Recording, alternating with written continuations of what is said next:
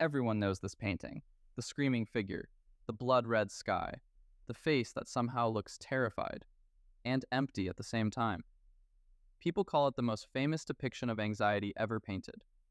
But here's what most people don't know. This wasn't imagination. Edvard Munch spent almost his entire life surrounded by death, disease, addiction, heartbreak, paranoia, and mental illness. His sister died, his mother died, his father slowly lost his mind. Another sister was institutionalized. He nearly drank himself to death. He accidentally shot himself. Nazis later labeled his work degenerate. And somehow, all of it ended up on canvas.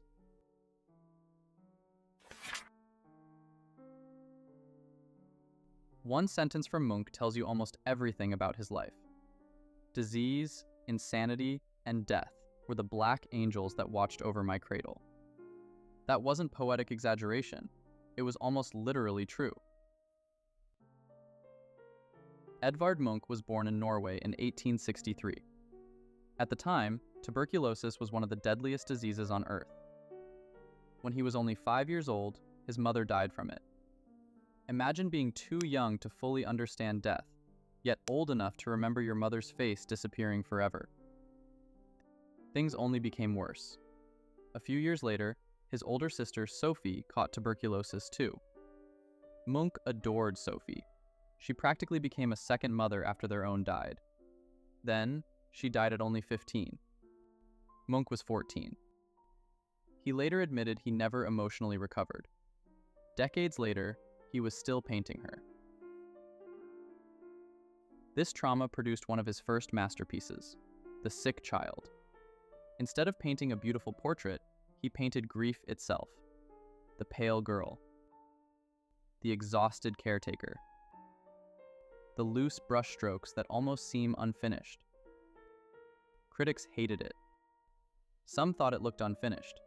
Others believed he simply couldn't paint. But Munch wasn't trying to paint reality. He was trying to paint memory. And memories, especially traumatic ones, are blurry. Years later, he would say that almost everything he painted came from this single event.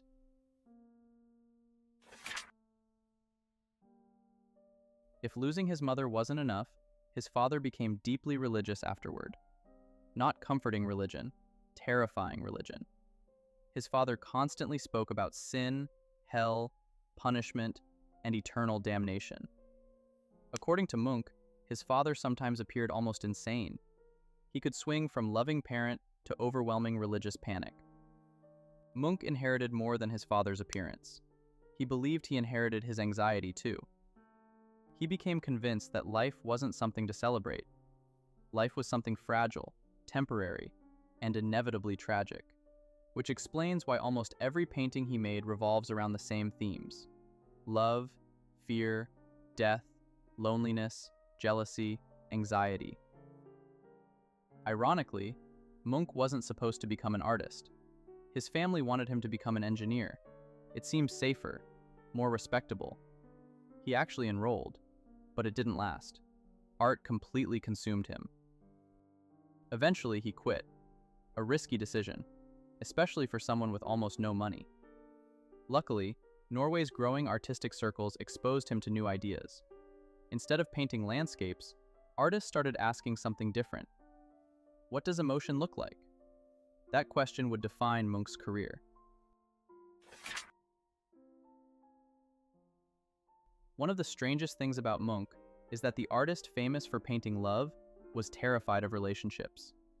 He believed passion almost always ended in suffering. His paintings constantly show couples, not embracing, but drifting apart. One relationship changed everything. He became involved with a wealthy Norwegian woman named Tulla Larsen. She wanted marriage. Munch absolutely did not. Their relationship became increasingly chaotic. Arguments, jealousy, manipulation. Then, a gun appeared. No one knows exactly what happened. The stories conflict. But during one confrontation, the gun fired. The bullet shattered part of Munch's left hand. He permanently lost part of one finger. Even after surviving, he he continued painting.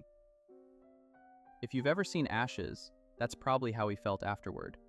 The man looks defeated. The woman almost seems to consume the entire painting. Love becomes something dangerous, almost supernatural. That's a recurring idea throughout his work. Women aren't simply people, they're symbols of desire, temptation, loss.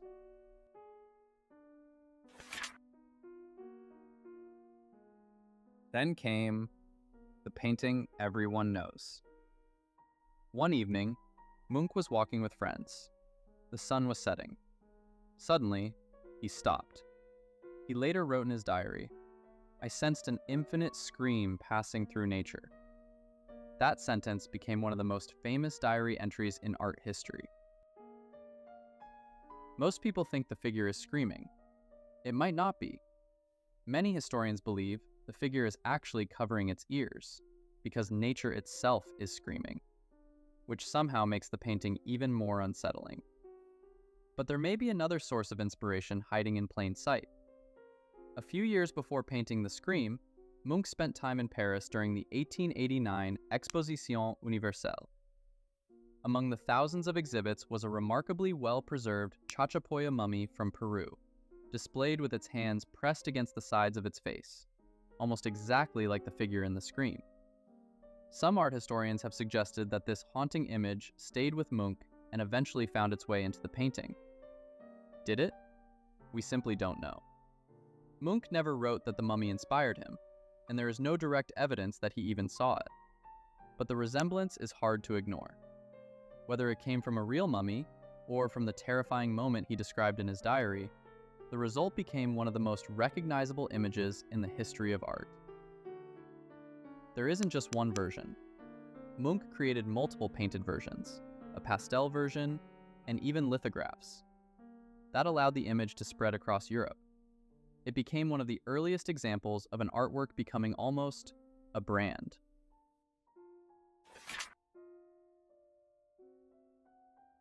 Munch didn't see his paintings as separate works. He imagined them as chapters. He called the series the Frieze of life. Imagine walking through a museum and watching someone's emotional life unfold. Love, desire, anxiety, jealousy, death. One room after another. Many of his greatest works belong to this idea. Madonna. One of the strangest Madonnas ever painted. No baby, no halo in the traditional sense. Instead, a sensual woman, floating, half alive, half spiritual. People were outraged. Vampire. Originally, the woman wasn't even supposed to be a vampire. She's kissing a man's neck, or maybe comforting him. Critics started calling her a vampire, and the name simply stuck. Anxiety. If the scream captures one person's terror, anxiety captures an entire crowd sharing it.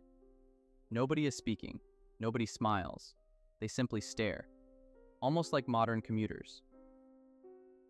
Death in the sick room. Instead of showing the dying person, Munch focuses on everyone else, because grief is experienced by the living. Eventually, years of drinking, stress, and paranoia caught up with him. In 1908, he suffered a severe mental breakdown. Hallucinations, anxiety, heavy drinking. He voluntarily entered a clinic. The treatment lasted several months. When he came out, his work changed. The darkness never disappeared, but brighter colors slowly entered his paintings. He even began painting farmers, workers, and landscapes.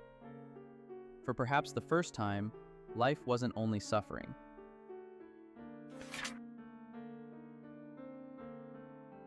As if anxiety, loss, and alcoholism weren't enough, Munch eventually had to face another terrifying possibility: losing his sight. Around 1930, he suffered a hemorrhage in one of his eyes. Suddenly, his vision became filled with strange, floating shapes. Dark spots, blurred patches, distorted halos that drifted wherever he looked. For most painters, that would have been the end of their career.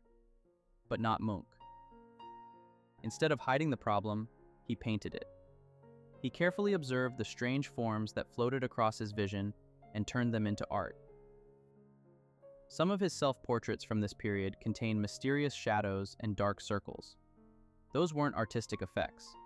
They were exactly what Munch was seeing every single day. Imagine trying to paint a portrait while part of your own vision is blocked. Most artists would have waited for their eyesight to recover.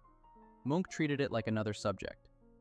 Just as he had painted grief, anxiety, and loneliness, he now painted the act of seeing itself. It's one of the reasons his late work feels so unusual.